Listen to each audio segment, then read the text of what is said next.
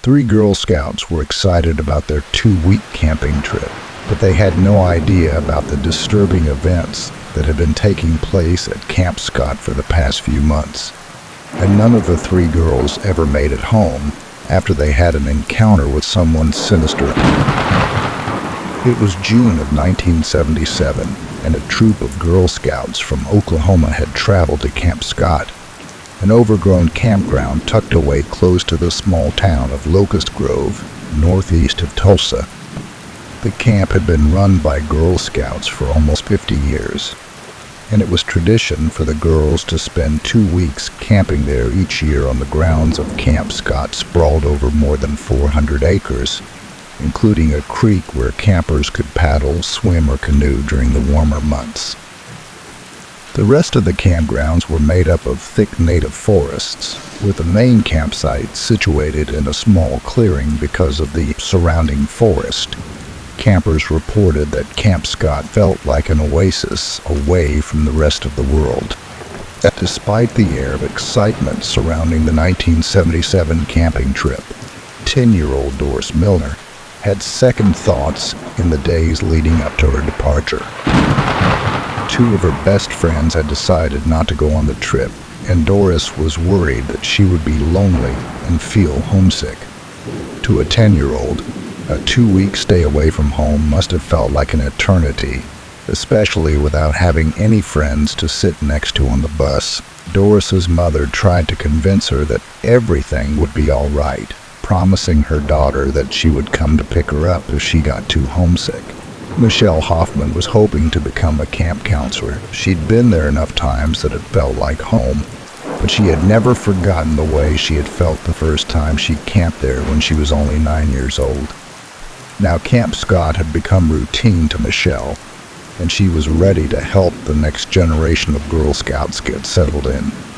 When she arrived at the Girl Scout headquarters in Tulsa on June 12, 1977, she immediately noticed Denise Milner because it was obvious that Doris didn't share the same excitement as the rest of the girls.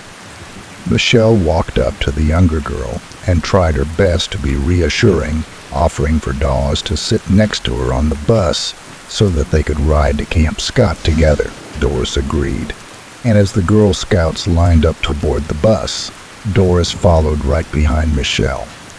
She cheered up during the bus journey, joining when the rest of the girls started singing camp songs. The campground was made up of different campsites called units, which were named after a different Native American tribe. Every unit had space for one tent where a camp counselor slept, and up to 10 tents where the young campers would spend their nights. The tents were standard for Girl Scout camping trips, offering more protection from the elements than a typical tent, because they were propped up on a wooden platform and surrounded by canvas walls on all 4 sides. Each tent had room for 4 campers who slept on small wooden cots. The inside of the tent could be accessed by unzipping and rolling up any of the 4 walls. All of the Girl Scouts attending the camp had been assigned a tent to sleep in. Doris would only share with 2 other girls, Lori Farmer and Michele Guse. Michele was 9 years old and Lori was only 8, making her the youngest girl to be attending the camping trip. There was meant to be a 4th girl named Kristen Chenoweth staying in their tent, but she was sick and unable to attend. As night fell, Doris was sitting inside tent 8 with Michele and Lori, feeling much more comfortable than she had that morning. Their tents had been pitched just in time to shelter them from the heavy rain outside, which was beginning to turn into a thunderstorm to allow the counselors to watch over all of the campers. The girls' tents had been arranged in a kind of semicircle, curving away from the tents where the counselors slept. Out of all of the campers' tents, tent 8 was furthest from the counselor's tent. He was also partially hidden from view by the shower blocks when the campers were going to bed. Multiple counselors checked in on the girls. One of those counselors was Michele Hoffman, who wanted to make sure that Doris was okay. She found that all 3 girls had already fallen asleep Worn out by the day's events, satisfied the doors had made friends, Michele returned to her tent and went to sleep. None of the younger Girl Scouts had any idea about the strange events that had been taking place at Camp Scott for the past few months, leaving the counselors confused and uneasy. Multiple counselors had heard unusual noises in the deep woods, noises that they had never heard any kind of wild animal make before. One male counselor had returned to his tent to find that it had been violently slashed with a sharp object. Several campers reported that food and personal items had gone missing from their tents. Most of the incidents could be blamed on wild animals and the paranoia that comes with being alone in the woods at night. There had been some sightings of a strange man in the area, but because the man seemed polite and wasn't doing anything out of the ordinary, none of the camp staff had reported it for days before the Girl Scout camp began. The camp's director, Richard Day, met a man walking about 4 miles from the camp. He didn't remember many of the man's characteristics, only that he had been much taller than average. The man had asked Richard where he could find a creek to fill up a bucket of water. Richard had given him directions and he went on his way. There was one incident that had shaken up Camp Scott more than any of the others, though. During a cadet training weekend, one of the older campers had returned to their tent and found that the bags had been rummaged through and all of the food was missing. Somebody had left a note in its place inside a now empty box of donuts scrawled on multiple pages that had been torn out of a small notebook. On the papers, somebody had repeatedly written the words "kill" over the first 3 pages. The final page contained a more detailed message reading, quote, "We are on a mission to kill 3 girls in one tent." Michele had been one of the campers present during that incident, and she had immediately taken the notes to show to the camp's director, even though it was obvious that this particular crime had been committed by a human perpetrator. The director wrote it off as being a distasteful prank after multiple campers confessed that they had written the notes on the night of June 12, 1977. The campers at Camp Scott had a broken night's sleep, waking up to strange noises coming from the woods at 1:30 a.m. One of the camp counselors, Carla Wilhite, was woken up by a loud groaning sound that seemed to be coming from nearby. It wasn't the first time that Carla had been left unsettled by strange noises. Just a few weeks before, she had been sleeping in Camp Scott staff house when she had suddenly woken up to a noise coming from right outside the door. She walked to the door and opened it, but there was nothing there. Assuming that another counselor must have been walking around outside, she got back into bed right as she was beginning to drift back to sleep. She heard the camp dog Sally growling and barking. Sally's behavior was what scared Carla because she knew that Sally never growled at campers or other members of Camp Scott staff. The only thing that would get such a reaction from the well-trained dog was a wild animal or a stranger prowling around the grounds. Eventually, Sally settled down and Carla fell back asleep, just like the last time she'd heard a noise at Camp Scott. Carla got up to investigate just after 1:30 a.m. on June 13th. She left her tent and looked around the campsite, trying to find the source of the noise, but she didn't see anything out of the ordinary. Several of the young Girl Scouts also heard the noise, but they quickly fell back to sleep. Finally, Carla had no choice but to go back to bed, deciding that the noises must have been made by a wild cat or a hungry bear. 30 minutes later, another one of the campers woke up to the sound of somebody unzipping the tent flaps and noticed that the person opening the tent was waving around a flashlight. Some of the girls saw a man wandering around outside, but when they showed their flashlights toward him, he walked away. They weren't able to see his face, and he didn't acknowledge them at all. The girls were confused but not scared, and they quickly went back to sleep.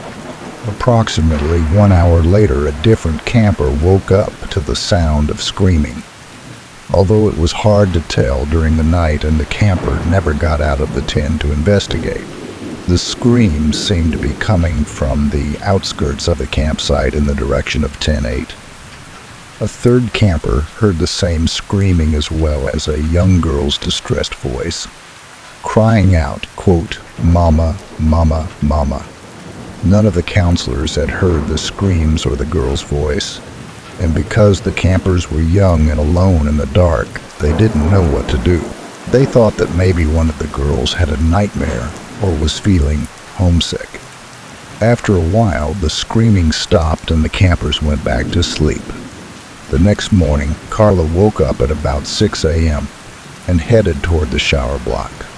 When she glanced past the showers, she saw something out of place, a sleeping bag outside of a tent with somebody sprawled on top of it. It was quickly clear to Carla that the young girl on top of the sleeping bag was no longer alive. She was covered in blood from a severe beating, leaving her almost unrecognized.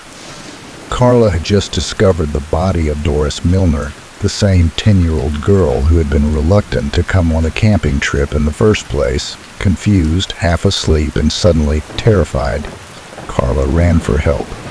She found the camp's nurse and one of the directors of the camp, telling them that they needed to come with her immediately. Carla later recalled the reality of the situation only truly sunk in when she returned to the body. The nurse initially believed that Carla was overreacting and one of the girls had simply been injured. But when she arrived at Doris's body, she realized that Carla's panic was justified. Carla and the other counselors began searching the tents and quickly discovered that one was empty and the inside was smeared with blood. One of the girls who had slept in a tent was now deceased, dumped in her sleeping bag in the woods, and the other two girls and their sleeping bags were nowhere to be seen. The search had only been underway for a couple of minutes when the counselors discovered the bodies of the remaining two campers lying on the trail that ran between tents and the showers. The girls had been stuffed inside the sleeping bags out of sight after being bludgeoned to death. The annual camping trip was quickly brought to a close. The camp director immediately began to send the young campers back onto the bus, simultaneously attempting to minimize groups of children from contaminating the crime scene. After being evacuated that day, the camp was closed permanently. This was the last camping trip that would be held at Camp Scott. During the autopsies, the medical examiner found that all three of the young victims had been sexually assaulted before their deaths. Even though all three girls had been severely beaten during the assault, they didn't have the same cause of death. Both 8-year-old Lori and 9-year-old Michele had died from blunt force trauma, but 10-year-old Doris had been asphyxiated by strangulation. Examining the forensic evidence found inside the tent showed that the entire attack had taken place inside and dated after the assailant unzipped the tent flaps and climbed inside. The brutal sexual assault and bludgeoning of all three girls had left 10 dates soaked in blood. It was only afterward that the girls in their sleeping bags were moved outside and then dumped in a location where Carla later discovered their bodies.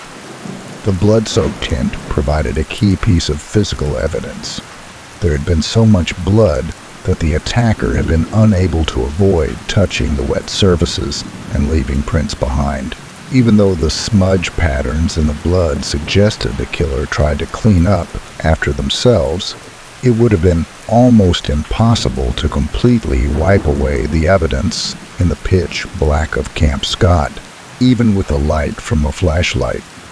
The day after the murders, the wooden floor of the tent was carefully removed from Camp Scott and airlifted to a crime lab where it could be analyzed from the bloodstains. Investigators discovered a nearly perfect bloody footprint from somebody who wore a size 9.5 men's shoe. Investigators wanted to keep that discovery a secret, but against their wishes, the press was informed, and it quickly became common knowledge that a shoe print had been found.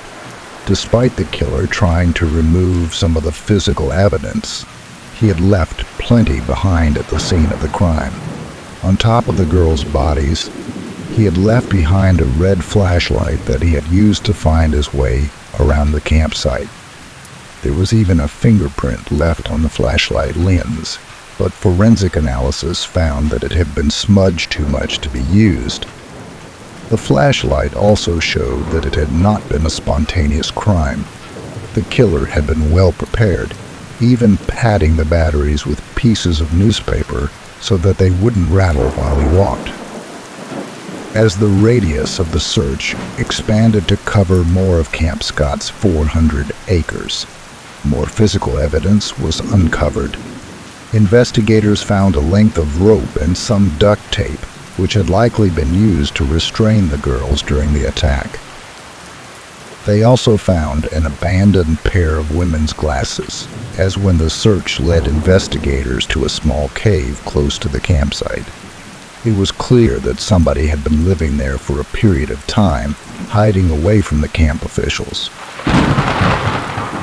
The cave contained several newspapers that matched the text from the scrunched up pieces of paper that had been wrapped around the flashlights and batteries. Whoever killed the three girls had been living in the cave while he prepared to carry out the crime. But it seemed as if the killer knew that the police would eventually find his lair. He had even written a message for them on the wall of the cave that read, quote, "The killer was here. Bye-bye, fools," followed by the numbers 77-6-17, a date format that was commonly used in prisons. On June 15th, investigators made an announcement. They were flying into highly trained tracking dogs, nicknamed the Wonder Dogs from Pennsylvania, to assist in the hunt for the killer. Shortly after their arrival, the Wonder Dogs led their handlers to a pond on a nearby property, but after the pond was drained, no further evidence was found. That same day, a rumor began circulating in the area that a member of the local Cherokee tribe had placed a curse on the dogs. The rumor would have been quickly discarded if one of the two dogs, a Rottweiler by the name of Butts, hadn't died of heat exhaustion one day later. The remaining dog continued to assist in the investigation, but failed to uncover any more clues, despite his owner making an announcement on June 19th, telling the public that there would be a break in the case very soon. While Horace was being transported back home to Pennsylvania, the usually well-trained dog escaped and ran directly onto a busy road. He was hit by a car and died at the scene, fueling the rumors that some sort of curse had been placed on the dogs. Within 4 days, 2 dogs valued at more than $10,000 each had died suddenly, and the investigation was back where it started, with no eyewitnesses who could help them identify the killer. Police were left sifting through a list of men in the area who had criminal records, including sexual violence. One name stood out to them: Jean Leroy Hart, a 33-year-old prison escape who had been charged with kidnapping and raping 2 pregnant women. Despite the severity of his crimes, he had quickly been paroled only to end up back behind bars when he was caught stealing in 1973.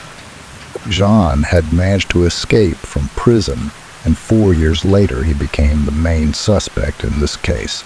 The key piece of evidence potentially linking John to the murders were 2 photographs located in the cave the killer had lived in. The photographs were mistakenly announced to have been found near the bodies, when in reality the cave was around 2 miles or 3.2 kilometers away from the crime scene. Forensic analysis of the photographs found that they had both been developed by the same person during the period of time when John had worked at the Granite Reformatory Photo Lab. However, The announcement that John was a suspect in the case based on only circumstantial evidence was met with public backlash. John was a member of the Cherokee Nation of Oklahoma, the largest Cherokee tribe in the United States of America. Many people, especially Native Americans, believe that racial profiling and prejudice had led to the investigation focusing so strongly on John. But local law enforcement stuck to their guns and a large-scale manhunt was launched. The initial manhunt on June 24th involved hundreds of local volunteers surrounding a 4-mile area located near the camp. Some of the volunteers arrived drunk or under the influence of marijuana, resulting in police needing to place them under arrest before returning to the manhunt. After 2 days, the effort was disbanded. For months, there was no success. It seemed as if John had simply disappeared into thin air, but investigators didn't believe that John had left the area. In fact, they strongly suspected that he was still hiding out around Locust Grove, and that his family and friends may have been helping to hide him. The hunt for John began to rely on tips from members of the public. On April 6, 1978, almost a year after the girls were murdered, a useful tip came into the Oklahoma State Bureau of Investigation. It wasn't the first time somebody had called in a tip that seemed promising, and investigators didn't want to get their hopes up when they arrived at the given address, which was a broken-down old shack located more than 40 miles or 65 kilometers from Camp Scott in the remote Cookstown Hills. At 4:15 in the afternoon, a total of 8 agents stormed the property. It turned out to be the home of a local Cherokee medicine man, but sitting inside was the suspect they'd been searching for. Jane was immediately placed under arrest for suspected involvement in the murders. The sheriff even publicly stated that he was 1,000% certain that Jane was the killer. One thing that all 8 of the arresting officers noticed was that when they arrested Jane, he had been wearing a distinctive pair of women's eyeglasses. That was a key detail from the 2 sexual assaults he had previously committed. During both crimes, the victims remembered that John had removed their eyeglasses and tried them on. That made one of the pieces of evidence found at Camp Scott. The discarded pair of eyeglasses seems even more significant. The media attention focused on the case had only just begun to die down in the years after the murders. But as the date of John's trial came closer, Oklahoma's interest in the case revived. There were 2 sides to the public interest in John's trial. Those who were convinced of Jean's guilt and wanted to see justice be served, and those who were convinced that he was the innocent victim of racial profiling by police. Both groups of people were invested in the outcome of the trial, but for completely different reasons. In 1979, 21 months after the last camping trip took place at Camp Scott, the trial began. John supporters gathered outside wearing T-shirts that stopped the Meigs County Railroad, a reference to how they believed John was being used as a scapegoat by investigators. Reporters and journalists descended on the courthouse where the trial was being held on the 3rd floor. John was represented by a local attorney, Garvin Isaacs, who had come highly recommended as the next public defender. John supporters had raised the money to hire him. The first time that Garvin met his client, John immediately stated, quote, "I want you to know one thing, I didn't kill those Girl Scouts." For some reason, those words stuck with Garvin as being authentic. Later, he remembered that moment, stating, quote, "Those were the first words out of his mouth. I believed him when he said that." The prosecution's case against John depended on a large amount of physical evidence. The collection of items found at the cave where the killer had stayed. Photographs that had been linked to Jean's previous job at a photo lab in prison.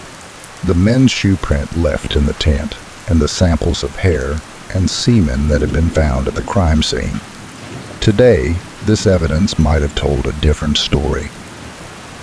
With modern DNA evidence, the killer could have been directly implicated, conclusively, proving that John was or wasn't at the scene of the crime. But in 1979, forensic science was still 7 years away from the introduction of basic DNA evidence, and that meant that all the prosecution's evidence was only circumstantial. The only thing that could have proved that John was the killer were eyewitness sightings or fingerprints, and the state had neither of these things. The flimsy evidence provided by the prosecution practically created defense attorney Garvin Isaac's argument for him. He told the jury that the men's shoe print found at the crime scene wasn't the same size as Jun's, and that the hair samples couldn't provide a conclusive match to his client. The evidence that law enforcement had found in the cave provided the strongest link to Jane. But again, it was only circumstantial. Jane's criminal record and the fact that he lived nearby seemed to be the only reason he was viewed as a suspect, and those suspicions were far from being proof that he had carried out such a violent crime. The defense also suggested that another local criminal had been the perpetrator, later a convicted rapist by the name of William Stevens. One of the Girl Scouts who had seen the man walking around the campsite testified, examining the photo of William, saying, quote, "That looks like the man. We heard a noise, and one of the girls lifted a tent flap and shined her flashlight in his face. He turned and glanced and walked away, but I didn't really see his face." One of William Stevens' friends, Joyce Payne, also testified, telling the jury that he had borrowed her flashlight for a fishing trip shortly before the murders, and she had never received it back. When Joyce was shown a picture of the red flashlight found near the girl's body, she said, quote, "That flashlight is my flashlight. It was given to me by my son." Joyce's son, Larry Payne, told the jury that he had seen William Stevens shortly after the murders, and that William had been covered in claw marks along his forearms and neck. His boots had also been covered in what looked like blood, and he had requested to go to Larry's bathroom to clean them off. William's employer confirmed that he had been working in Florida around the time of the murders, and Larry eventually recanted his statement. William died in 1984, so the question of his involvement is yet another mystery, like several other violent offenders in the nearby area. William Stevens had been a suspect in the investigation, but after thorough questioning, investigators felt confident that he was not the killer and they eliminated him as a suspect. The defense alleged that that decision had only been made because the local law enforcement wanted to pin the crime on John. On March 20th, 1979, John Lavoy Hart was officially acquitted after the jury unanimously decided that he was not guilty of the murders.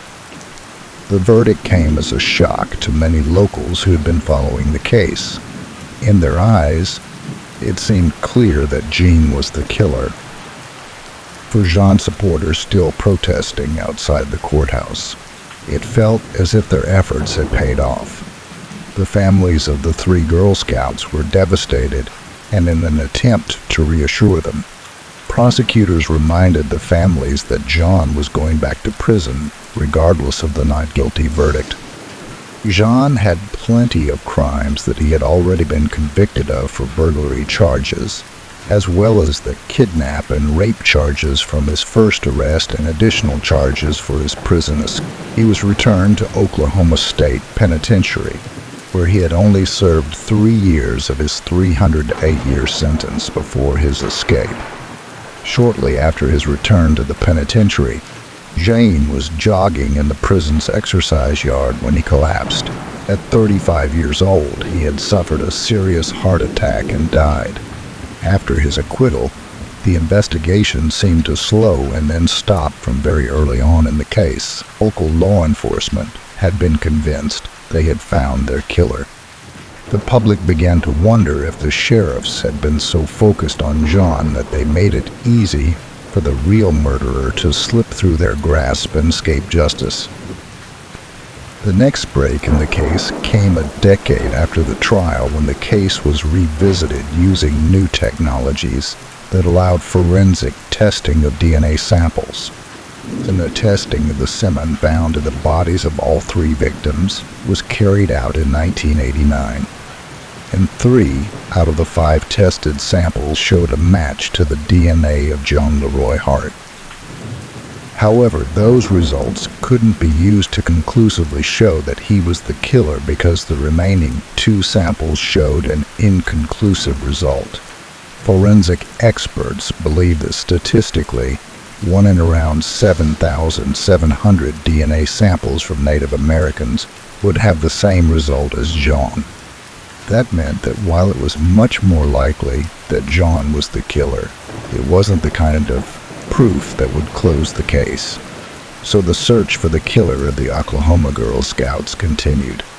And in 2008, more DNA testing was carried out. That time, forensic analysis took samples from stains that had been left on a pillowcase and 10 date. But 30 years had passed since the crime, and the DNA samples had degraded too much to be used for creating a DNA profile. Another 10 years passed, and DNA technology continued to become more and more advanced. The rest of the world had moved on from the fascination with the 3 Girl Scouts murdered in Oklahoma, but Meigs County never did. Meigs County's new sheriff, Mike Reed, had grown up in the area, and when the Girl Scouts were murdered, he'd been around the same age as the victims. Like any other local, he was familiar with the case. It had caused paranoia in families across the state. If their children weren't safe at a scout camp, where would they be now? As an adult, Mike had become the sheriff, and he was asked to take another look at the case that had scared and fascinated him as a child. 1 year later, he brought the case to the National Center for Missing and Exploited Children, a private nonprofit that is the largest child protective organization in the United States. At the NCMEC, a cold case board examined the Oklahoma Girl Scout murders. The board was made up of 23 highly experienced professionals who were a mix of FBI profilers, behavioral analysts, and seasoned homicide investigators. They were the best of the best, working together to try to crack some of the country's most complicated, unsolved homicides. The cold case board pored over every detail of the Oklahoma Girl Scout murders. The physical and circumstantial evidence, the timeline, the autopsy reports, the small amount of DNA evidence, and everything that law enforcement had ever discovered about John Leroy. 1 month into the assessment, the 23 members of the board came to a unanimous agreement. Every single one of them believed without a doubt that John Leroy Hart was the killer. With that verdict, the NCMEC suggested that the next step would be further analysis of the DNA evidence, but it came with a hefty price tag, costing more than $30,000. The victims' families simply didn't have that kind of money lying around, and neither did the Meigs County Sheriff's Office. But they weren't the only people invested in the case. Public fundraising efforts began in 2017, raising the $30,000 needed to carry out another round of DNA tests. The results of these tests have never been made available to the public, but in 2022, investigators revealed that since 2019, they had access to DNA evidence that strongly suggests that John Leroy Hart had been involved in the murders.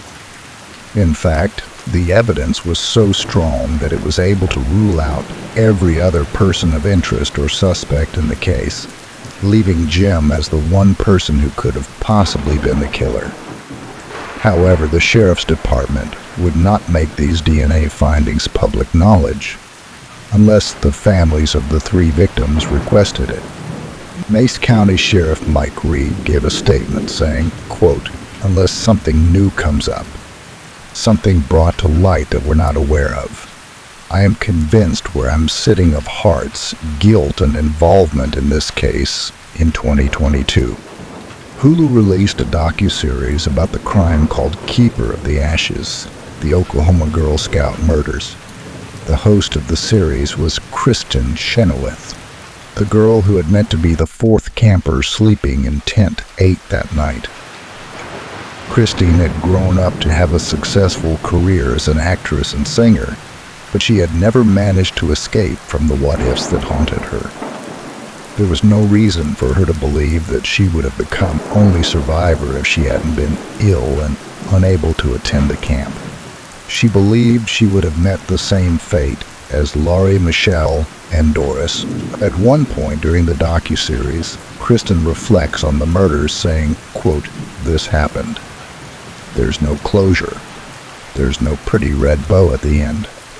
And for the people who are still mourning the three girls, that statement holds true for the victims' families. The unreleased results of the DNA provided some of the closure they needed, reassuring them that one man who was likely involved in killing those little girls was gone for good. But officially, Jean-Roy Hart has never been named as the killer. That's also coupled with some unanswered questions that may lead to a second perpetrator. The shoe print in blood that was 2 sizes smaller than Jean's, and the testimony about who had possession of the red flashlight at his trial. There was also testimony from a blood spatter expert who claimed more than one weapon had been used, likely by someone both right-handed and left-handed.